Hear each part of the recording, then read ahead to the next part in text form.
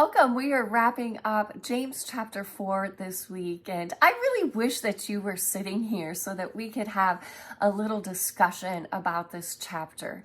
This one has maybe pierced my heart, just like a scripture often pierces our heart. This one definitely does. James does not mince words. He does such a good job of reminding us of our position. And what did we see this week? We see him do this by a series of questions. I think every day there was a question that he himself would go ahead and answer, which kind of made our interpretation easy, right? We could observe these questions, we could observe his answer, and I think the hard part this week was applying those question and answers. But let's just do a quick review of the questions. Day 1, he asked, what causes quarrels and what causes fights among you? Do you remember his answer? It's our desires.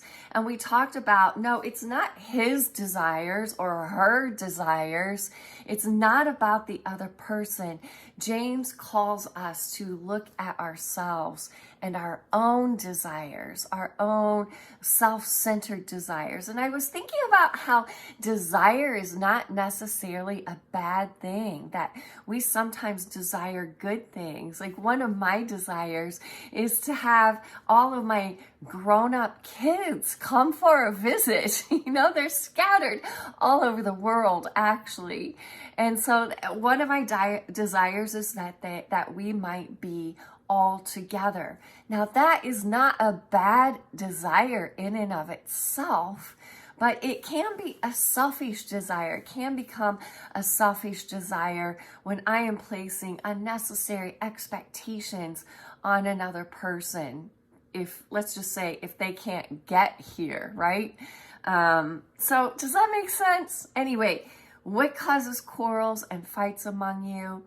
James calls us to look at our own desires. Where are we being self-centered? Where do we have selfish ambition? So day 1 started off with a bang. That was good for me to think about. Day 2, he asked this question: do you not know that friendship with the world is enmity with God?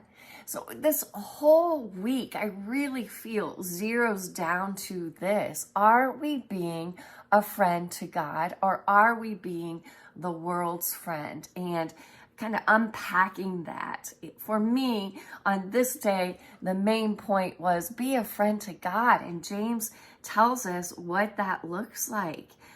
He gave us this long list of imperative commands, right? You must do these things to be God's friend. And I think the gist of this day was to let go of our pride, which tied into day 1 as well. What does it mean to have friendship with the world? It means loving. Friendship means love, and it means loving the things of the world. It doesn't mean that it's bad to love the people of the world. No, we're called to do that.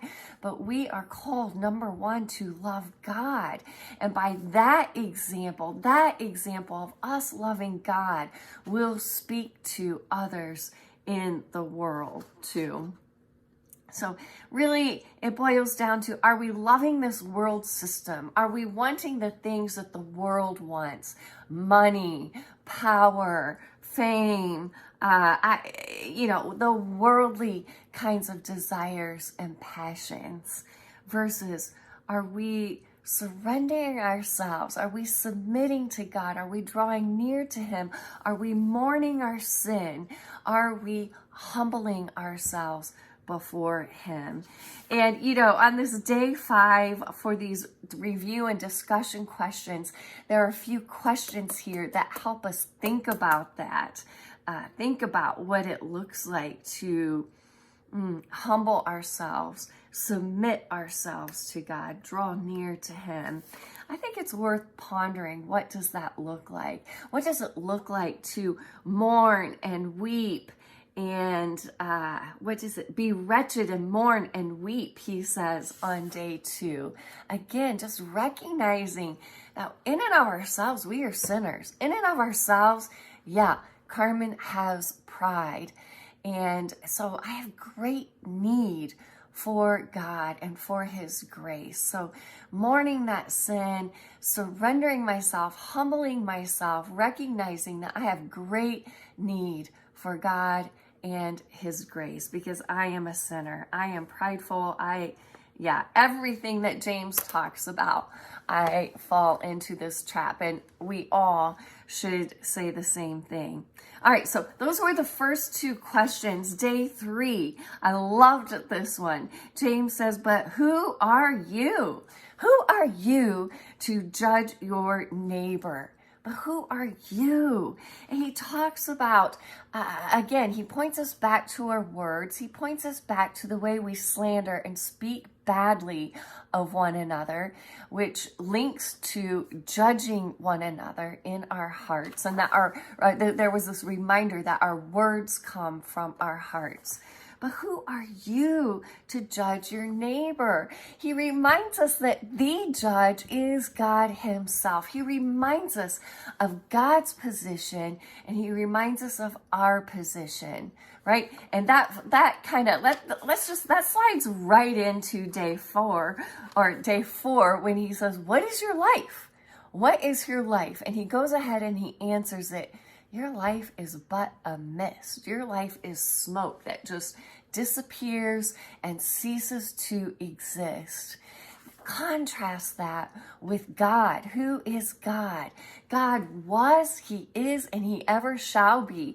He is eternal, and his love is eternal, versus we are temporary. You know, when it comes to this position and God being judged, like, God has this most high position. He is Lord over the heavens and the earth. He's created it all. So he has this most high position. James he's asking us when he says, but who are you to judge your neighbor? He's reminding us that we are but dust. We're dust. That's our position in relation to the Lord. So, you know, we need to recognize that. We need to recognize, submit, draw near to God, and humble ourselves.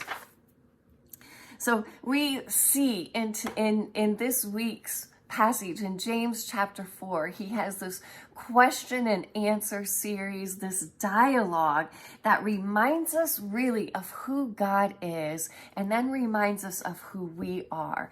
That God has this most high position. He's Lord over the heavens and the earth, and we are but dust.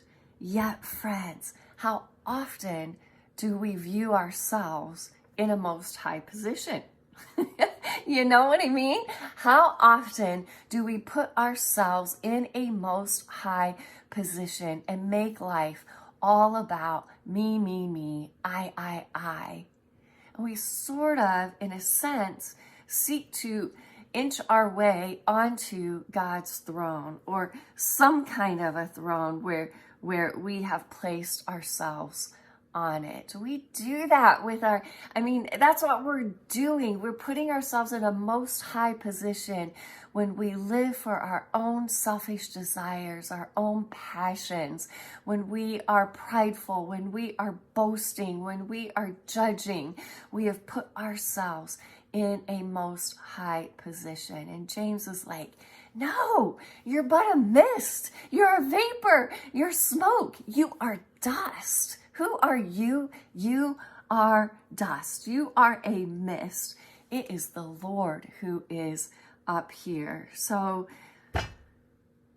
submit, draw near, humble yourself before God. That was probably my number 1 favorite verse this week, verse 12, or verse 10. Humble yourselves before the Lord, and he will exalt you. He will exalt you. Oh, friends, he will scoop us up when we humble ourselves before him. He scoops us up. As we draw near to him, he draws near to us. We draw near to his heart, to have a heart united with his heart, to have a will, to have our desires and our passions united with his will and his desires and his passions that are all good. There is nothing bad. There is nothing evil about God. No, those are our own selfish desires that are bad. His are good. His are right.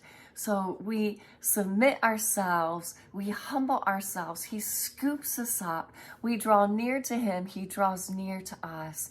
And then you know what he does? James tells us he pours out grace to us. That was day 2. God opposes the proud, but gives grace to the humble. He gives more grace. He gives just grace is a gift. It's like the gift that keeps on giving.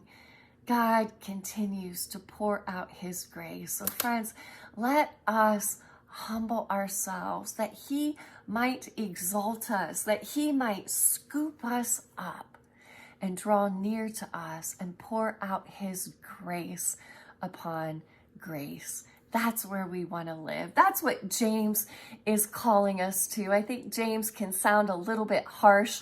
I mean, when he says, oh, you adulterous people, that's meant to wake us up and help us see that this is applicable to ourselves, not him or her, but he wants us to look at ourselves.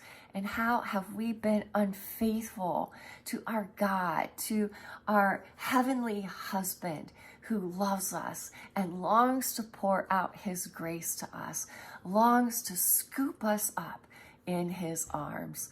Oh, that's where we want to live. Let's take a good hard look and continue to ponder how and why James calls us to humble ourselves and be a friend of God.